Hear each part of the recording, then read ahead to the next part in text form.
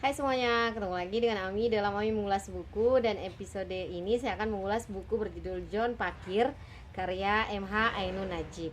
Seperti apa ulasannya? Saksikan terus ya.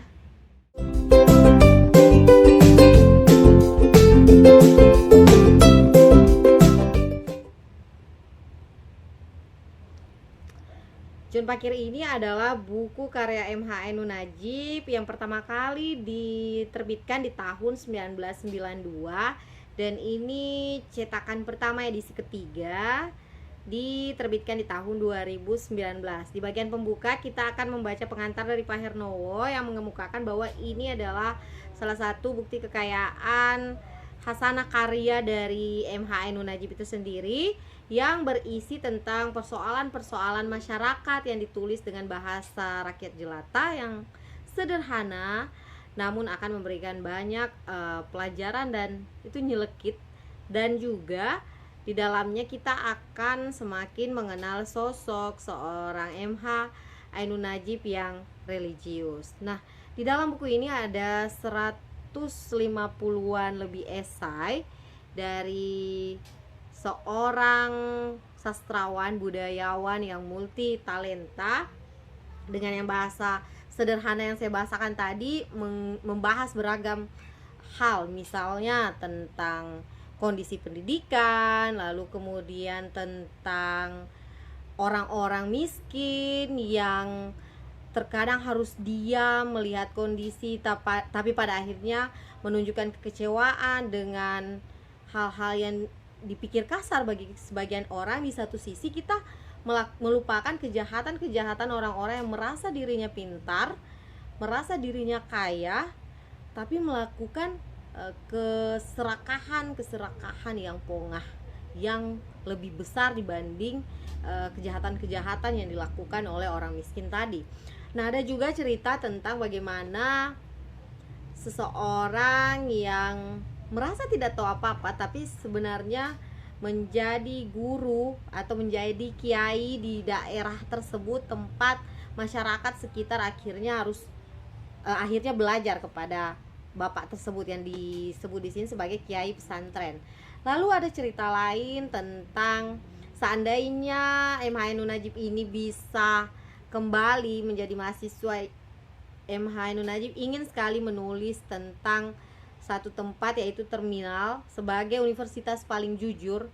Dengan dibahasakan di sini, seandainya saya bisa menjadi mahasiswa kembali, menuliskan penelitian dengan kerangka-kerangka teori yang lebih sistematis, karena menurutnya di terminal lah universitas yang paling jujur, karena mungkin di situ kita bisa melihat berbagai kondisi realitas masyarakat yang sebenarnya. Lalu di sini juga disinggung banyak sekali hal ya, tadi tentang sosial, tentang agama, tentang politik, pendidikan, dan beragam isu lainnya. Lalu ada juga tentang kadang nih kita, tentang kemanusiaan nih, kadang nih kita menilai seseorang dari luarnya saja, sehingga gampang melakukan judging atau mendikte pemikirannya tentang seseorang tersebut. Di sini di judul Warung Jodoh ya, saya mencoba memahami itu, bahwa ya betul sekali kadang kita melihat seseorang dengan mudahnya kita memframing seseorang. Cerita yang ingin saya bagi lainnya adalah cerita yang berjudul Kemandirian, atau tulisan berjudul Kemandirian. Nah, di sini digambarkan tentang seorang nenek yang sibuk dan dengan semangat mengangkat barang-barangnya ke atas kereta. Lalu kemudian si John Pakir ya, sebagai tokoh utama dalam cerita ini yang menuliskan gagasan-gagasannya, pun teringat kepada seseorang yang tentunya dinilai oleh masyarakat umum sebagai sosok yang cerdas dan sibuk meminta seseorang untuk mengambilkan tasnya yang ada di dalam mobil. Jadi kalau ditanya siapa sebenarnya yang mandiri, si nenek ini atau si orang tersebut yang masih kuat tapi meminta seorang mengambilkan barang yang remeh dan barang yang kecil sebenarnya dan sangat ringan. Nah, di sini saat itu si nenek berkata, kalian tidak usahlah bantu saya. Yang perlu, saya ingin bacakan ya, yang perlu tak usah menolong saya. Mulai saja selenggarakan keadilan ekonomi kita sehingga di negeri kaya raya ini tak usah ada seorang nenek yang bekerja seperti saya. Nenek itu tak akan pernah berkata demikian, meskipun para cendekiawan atau para pejuang yang mewakili nasibnya juga belum tentu akan pernah berkata demikian. Berbagai topik di dalam buku ini tentu akan menunjukkan kita bahwa karya-karya seorang M.H.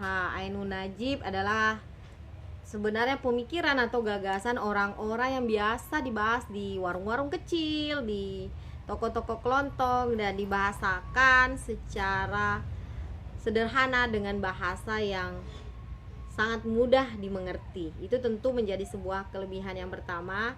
Terus yang kedua, ini tulisannya singkat-singkat ya. Dalam satu tulisan misalnya hanya selembar seperti ini, jadi akan sangat cepat sebenarnya dibaca, dan teman-teman yang mau baca boleh dari lembaran mana aja. Lalu yang ketiga adalah tulisan ini akan memberikan perspektif yang reflektif sih. Setiap membaca tulisan demi tulisan, saya pribadi merasa bahwa ada hal-hal yang harus terus kita renungkan tentang hal-hal kecil, menghargai manusia, menghargai alam, menghargai yang ada di sekitar kita. Itu adalah sebuah upaya memaknai diri kita, kehadiran kita di bumi ini, dan itu menunjukkan pesan yang sebenarnya telah berhasil disampaikan oleh sang penulis. Selain banyaknya catatan reflektif yang ada dalam buku ini, tentu ini menjadi motivasi untuk menjadi pribadi yang lebih baik, bagaimana menghargai waktu, bagaimana menghargai alam, menghargai diri sendiri, menghargai apa yang kita ucapkan, dan menghargai orang lain, serta bagaimana kemudian mampu menyampaikan kritik-kritik secara tersistematis, tapi juga bisa kena ke orang yang akan kita kritik. Nah, buku ini sangat cocok untuk siapa aja sih sebenarnya yang ingin belajar memahami diri sendiri dan untuk menjadi pribadi yang lebih baiknya. Di tataran lainnya, buku ini juga pas banget untuk para pemangku kebijakan untuk menyikapi berbagai persoalan masyarakat kelas bawah yang kadang diabaikan, karena bahasa-bahasa yang digunakan oleh M.H. Ainun Nadjib di sini adalah bahasa-bahasa yang menyentuh, semoga menyentuh hati para pemangku kebijakan dalam mengambil kebijakan yang pro rakyat. Terima kasih untuk karya yang luar biasa ini, karya yang menyentuh, bahkan ada karya-karya yang kemudian membuat air mata jatuh tanpa sengaja karena sangat berusaha mendalami makna dari setiap kata yang ditulis oleh M.H. Ainun Nadjib. Semoga ulasan kali ini bermanfaat dan membuka rasa penasaran teman-teman untuk membaca kumpulan tulisan, lebih dari 150 tulisan pendek dari M.H. Ainun Nadjib, tapi bernilai panjang dalam keseharian kita. Sampai jumpa. Yang belum subscribe sebagai bentuk dukungan kalian terhadap channel saya ini.